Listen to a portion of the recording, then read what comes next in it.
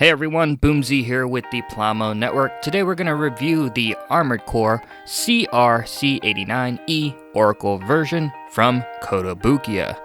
Now, just to start off, don't forget to visit the Gunpla Hermit shop. And if you want to see more stuff like this guy, don't forget to visit our partner Facebook page, which is also created by the Gunpla Network, Plamo Network.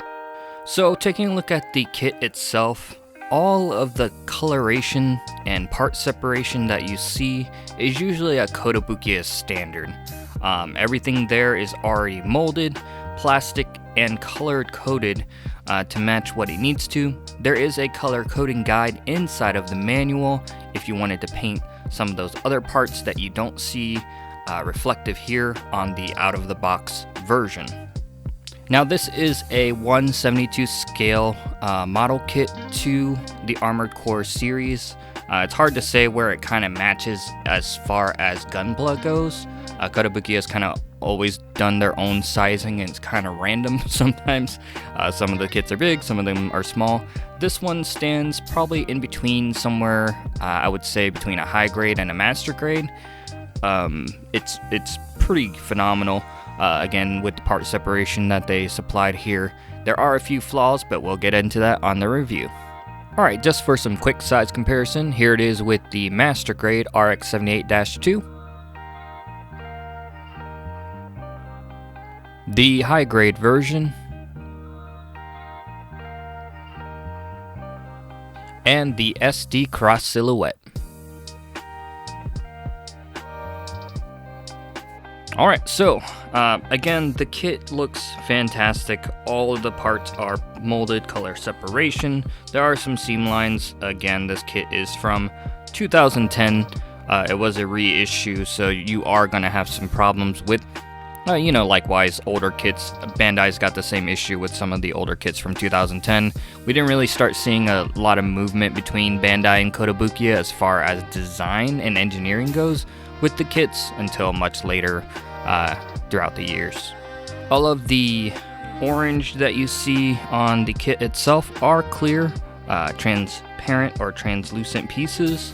The blue is really nice. The white is a kind of a off-white eggshell kind of white, and then the grays and blacks really help kind of pop those simple parts of the unit itself. Now, this kit is very delicate. I will repeat that. This kit is very delicate. Please handle with care. Glue some pieces on if you need to. I only glued on a few pieces just because they were going to be troublesome.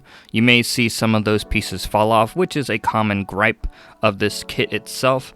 But overall, it is a great looking unit with some minor flaws. So the head does move up and down. It is on this really weird peg that's kind of weak. As you can see, it just kind of popped off, and honestly, it's just easier to show you the articulation of it without it on its actual neck, which sounds weird, but you do get the left and right, and then you can do a full 360, but that will pop the peg completely off because there is a heavy piece of armor in the back there of the unit, and so you will have that issue. But let's go ahead and put that head right back on. Also wanted to give a quick shout out to the Armored Core fans. Thank you for roasting me in the comments for not remembering half of the things, but I can revert back to the manual that was provided with this. So we just looked at the H11 Queen. Moving down to the CR-C89E, which is the core piece, which is really good looking. You got the chest cannon there, as well as all of that part separation. There's some good detail underneath that you can see, and it's just overall a really arcing piece. It's a very big piece, but it's not actually too heavy or too wobbly or anything. It's actually the perfect size to kind of hold this unit's arsenal. So next up are the arms, or the A09LEMUR2. Very fancy names for the parts for the Armored Core units. Really good looking arm, a lot of part separation. The only thing is this part comes off. There is a polycap piece inside of there, which I don't really understand because it doesn't do too much. In the actual instructions, this shows on the left hand side or right side if you're facing the back unit, and then I've seen some people put it on the other side, so not really sure where this goes, but it does have a pre-stickered emblem there, which is really cool, and you're gonna get a little bit of articulation like that. Not too much, because again, the kit is very fragile. This is probably a good time to mention that it's kind of like in between a Gunpla and a figurized kit, but a lot more fragile in the sense of like an old school model kit, like a plane or a helicopter. Shoulder rotation, you're gonna get a really nice full motion there, back and forth. A really nice rotation, pow pow.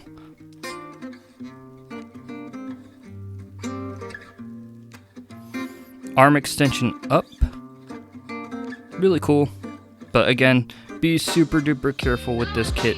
As you can see, most of the time I'm manhandling those Gunpla kits, as everybody usually says, but this one I am trying to be as careful as possible because it is a pain once things start coming off of this unit. Bend at the elbow, you're gonna get just a 90-degree straight shot. Nothing too special there. And then the joints are ball joints on the wrist, but my goodness, they are something else. They're so tight that they'll pop off the gun and everything. You gotta really do some heavy pushing there, which is quite frightening sometimes when you're messing with the model kits. And kind of flipping the kit around, you can see that there is some great back detail for the kit itself. There are some thrusters in the back there. These things love to fall off, so again, be very careful.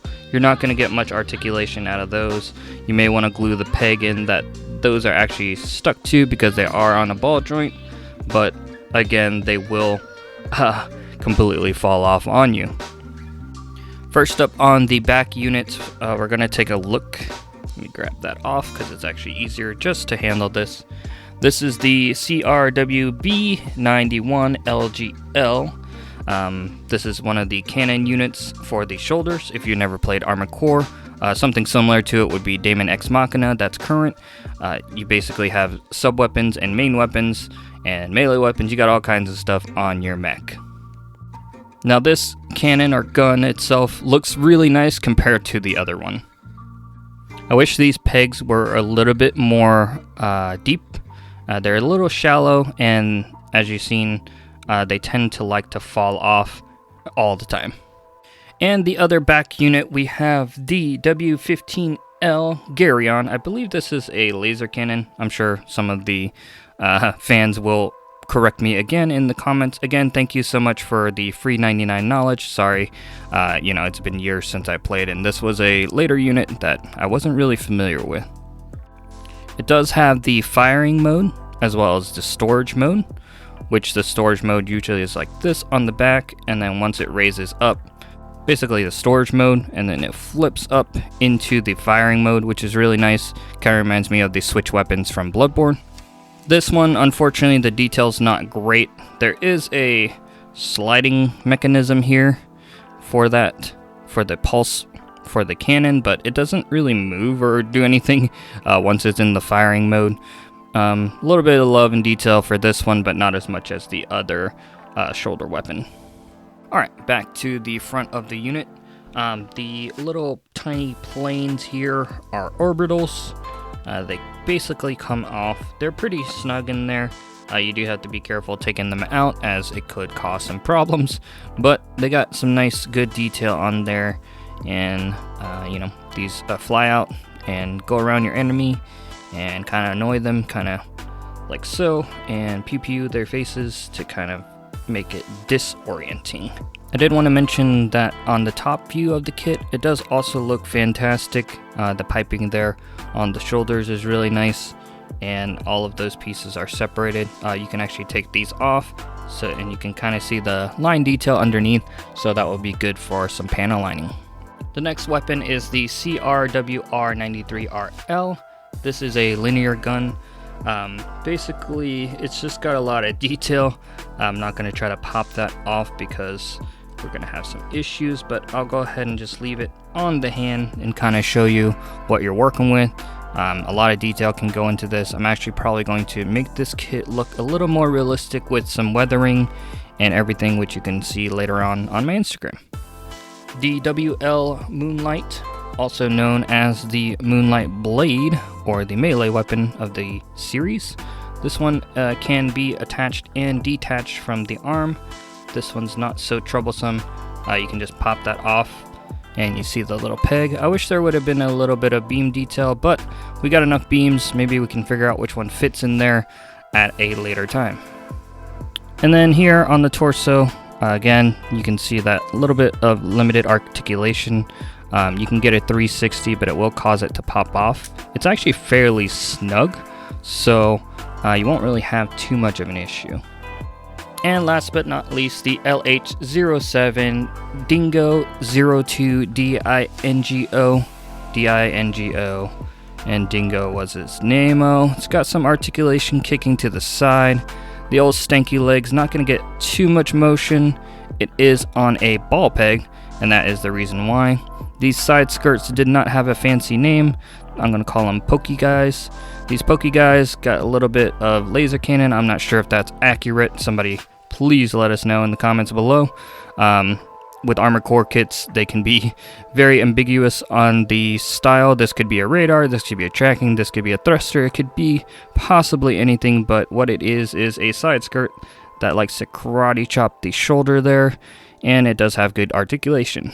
You'll notice that a lot of the poses later on will be in a wide stance. That is because this unit does not stand well when you put it up straight, and that is because of the feet, which have an angled part.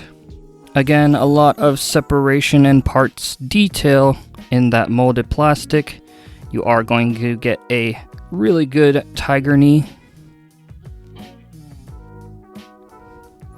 I would highly recommend to glue on these pieces as they will fall off on you. Taking a look at the feet on the Dingo, you're going to see a little bit of that piston action in the back. We've seen that many times before on Master Grades, other Kotobukiya kits, you name it. Gonna get a little bit of rock back and forth, and again up and down, and the elephant in the room. So stability is important, feet are important. These are at a very odd angle, so you can see here it's like 45-45. So these pieces clip into this piece, and then there's an actual cap piece that goes into here that's supposed to hold this and cover up the bottom. So with that being said, you can see the part separation in the side of the foot. I didn't bother with it. I tried to get it on there as best as I could. This part is very troublesome and will be a headache. So once you get it, be very careful on moving it. Try to snap those in. You may have them come off on you multiple times. I did. But overall, they do look good. You won't really get a good standing straight. You'll have to do some really manipulative articulation to kind of get that. And yeah, just overall, not great for, the stability of the kit when it's standing. But once you get them in there, a little bit of glue and TLC will go a long way. On the back of each leg, you're going to have thrusters and a lot of amazing detail. Again, this kit is not shy on that part separation and color separation. It is actually one of the best things that I love about this unit. The kick to the back, pretty standard. And the kick to the front, you're going to get a full motion range kick there, pretty high, almost past the torso. That's because it is on a ball peg, but most of the time armored unit kits are rushing down instead of, doing the high flying action of Gunpla. The back does have the thrusters. Again, these can fall off very easily. They do move, but they very move terribly, kind of like that sentence. So, I mean, really, this kit looks fantastic. The community was like, oh my god, good luck with that. You're gonna have a ball. And usually when they say that, that means bad things. Honestly, it was pretty tranquil building the kit. There were those minor things that fell off, but those can easily be fixed with glue. And again, I just really love the part separation and the details of this kit. So the kit didn't really come with too many accessories. There were some odd ones that came with it. For the linear shoulder cannon gun, there was 2 peg pieces that came with it. One is shorter and one, let me turn that the right way. One is shorter and one is longer, only by a few millimeters there. So nothing too special. You can flip those over and interchange them to each shoulder. There was another piece for the cannon. This one I don't really understand because it's the same size, so not really sure why they added that. And on the articulation portion of the kit, most of it, you'll see that I had one open fist, and there is a counterpart to the other side, and one closed fist. Nothing too special here, a little bit dated. These polycaps, again, they don't really give too much articulation. It's really hard to move the wrist, and it tends to make them fall off. This is a baggie of extra parts. There were tons of parts for another runner. It would look like it was part of a core piece for the Gaia or the Gaia. I'm not sure how to pronounce that. There are some blue pieces here for the upper arm if you wanted to interchange those, and a couple extra white pieces, but nothing really too special. If you wanted to redo the clear parts in a different color, or make them silver and then pick your own color other than orange, there is a nice clear plastic runner, so that option is available. So what's the verdict? Should I flip it down and reverse it for the CR-C89E Oracle version? As any opinion or review, it is completely subjective, but for this one, it kind of fits into 2 different spectrums. It can be very frustrating kit at times, with almost being about 12 years old. The loose pieces are just as annoying as your 12-year-old nephew trying to show you a new trending TikTok. But aside from that, the color separation, articulation, and just the look of the kit is pretty dang good overall. Posing can be troublesome without any prior gluing. This kit will need some TLC, as well as some glue, and then some more TLC, and then a lot more glue. Building the kit actually from start to finish was really enjoyable. If you don't plan on putting a lot of TLC and you want something to look great out of the box with minimal panel lining, I can't really recommend it for you, but if something that you want to do a real project with, kind of do some custom paints and everything, it is something I can recommend. But that's it for the review. I know it's kind of wishy-washy answer. It's really up to you on this one. If you want to pick it up, be sure to head over to our sponsors at the Gunpla Hermit Shop. As always, this is Boomsie with the Gunpla /Plamo Network, and don't forget to keep building.